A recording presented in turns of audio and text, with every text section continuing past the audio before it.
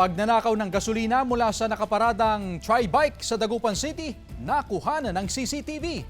Nakaalerto, CJ Torida.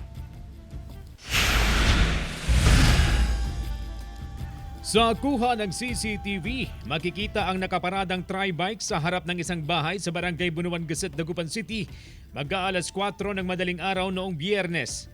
Makikita rin ang paglapit ng isang lalaki sa tri-bike. Umupo at tila may kinakalikot sa tri-bike. Yun pala, ninanakaw na pala ng lalaki ang kargang gasolina ng tri-bike.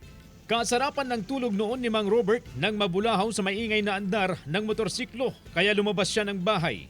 Nakita ko yung doon sa tri-bike ng pamangking ko na may gumagalaw, yung pala tao. Kumukuha na pala siya ng gas ng motor. Tinutukan daw niya ng flashlight ang mukha ng lalaki hanggang sa sila'y magpambuno. Pero nagdalawang isip daw si Mang Robert, baka may dalang patalim ang lalaki. Pagkabitaw ko sa kanya, tumakbo na. May dalawa pa raw kasama ang lalaki pero nakatakbo rin. Ayon sa Barangay Council, may insidente na ng paihi ng motorsiklo sa barangay noon. Ngayon na lang ulit umatake ang mga kawatan. Ayan yun sa CJ, magiging namin yung pag-ikot ng gabi. Tapos itap namin sa ERT at saka PNP. Dayo rin daw ang mga kawatan. Inalerto na ang mga barangay tanod upang doblehin ang kanilang pag-iikot lalo na tuwing gabi.